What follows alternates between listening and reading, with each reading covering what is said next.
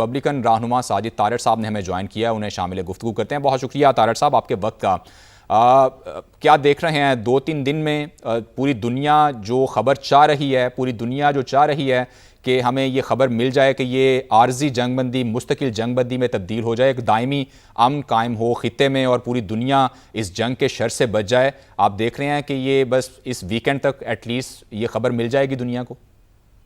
मेरे ख्याल में मैं बड़ा ऑप्टिमिस्टिक हूँ, और वाशिंगटन डीसी के अंदर इस वक्त जो माहौल है वो बिल्कुल यही नजर आ रहा है कि सारे मामलात के ऊपर डिस्कशन हो चुकी हैं, डिस्कशन हो चुकी हैं।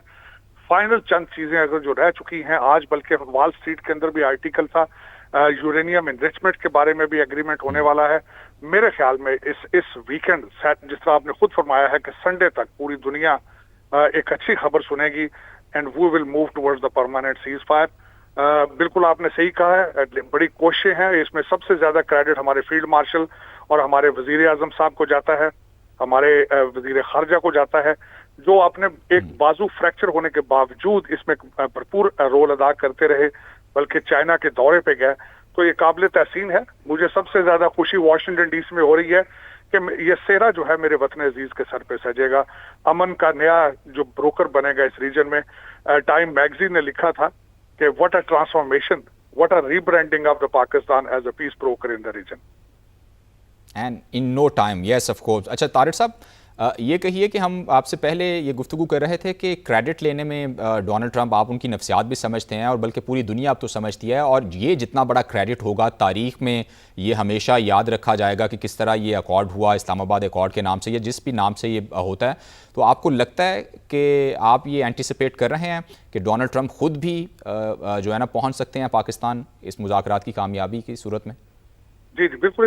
इसका देखिए, मैं ऑन ग्राउंड रियलिटी की बात करूंगा। लेगेसी, डोनाल्ड ट्रंप साहब लेगेसी के बहुत बड़े फैन हैं, अपनी लेगेसी बनाना चाहते हैं। और दूसरा ये मैं देख रहा हूं कि वापस आएंगे और जिस तरीके से उनका इस्तकबाल होगा, इस वक्त रिपब्लिकन पार्टी को मिड टर्म इलेक्शन के लिए एक वाव फैक्टर की जरूरत है, एक हेड टर्नर की जरूरत है। तो मेरे ख्याल में जो प्रेसिडेंट ट्रंप हैं वो इन चीजों के मास्टर हैं, खुद एंटरटेनमेंट का हिस्सा रहे हैं। मेरे ख्याल में इस वक्त जो कई उनके रिपब्लिकन एडवाइजर हैं उनको एडवाइस कर रहे हैं। अब लॉजिस्टिकली अब देखें, उन्होंने देखना है सिक्योरिटी एलिमेंट्स को देखना है, उन्होंने और कई अवामल देखने हैं, अगर वो इजाजत देंगे। लेकिन वाशिंगटन डीसी के अंदर this is part of the discussions everywhere कि यहाँ पे आगे कौन जाएगा, या मार्को रूबियो जाएंगे या प्रेसिडेंट खुद जाएंगे। लेकिन मेरे ख्याल में इसको सीरियसली कंसिडर किया जा रहा है कि president Trump may be going to Pakistan as well. सही है, बहुत शुक्रिया। रिपब्लिकन रहनुमा साजिद तारड़ साहब हमारे साथ मौजूद थे, अपना तजिया पेश कर रहे थे।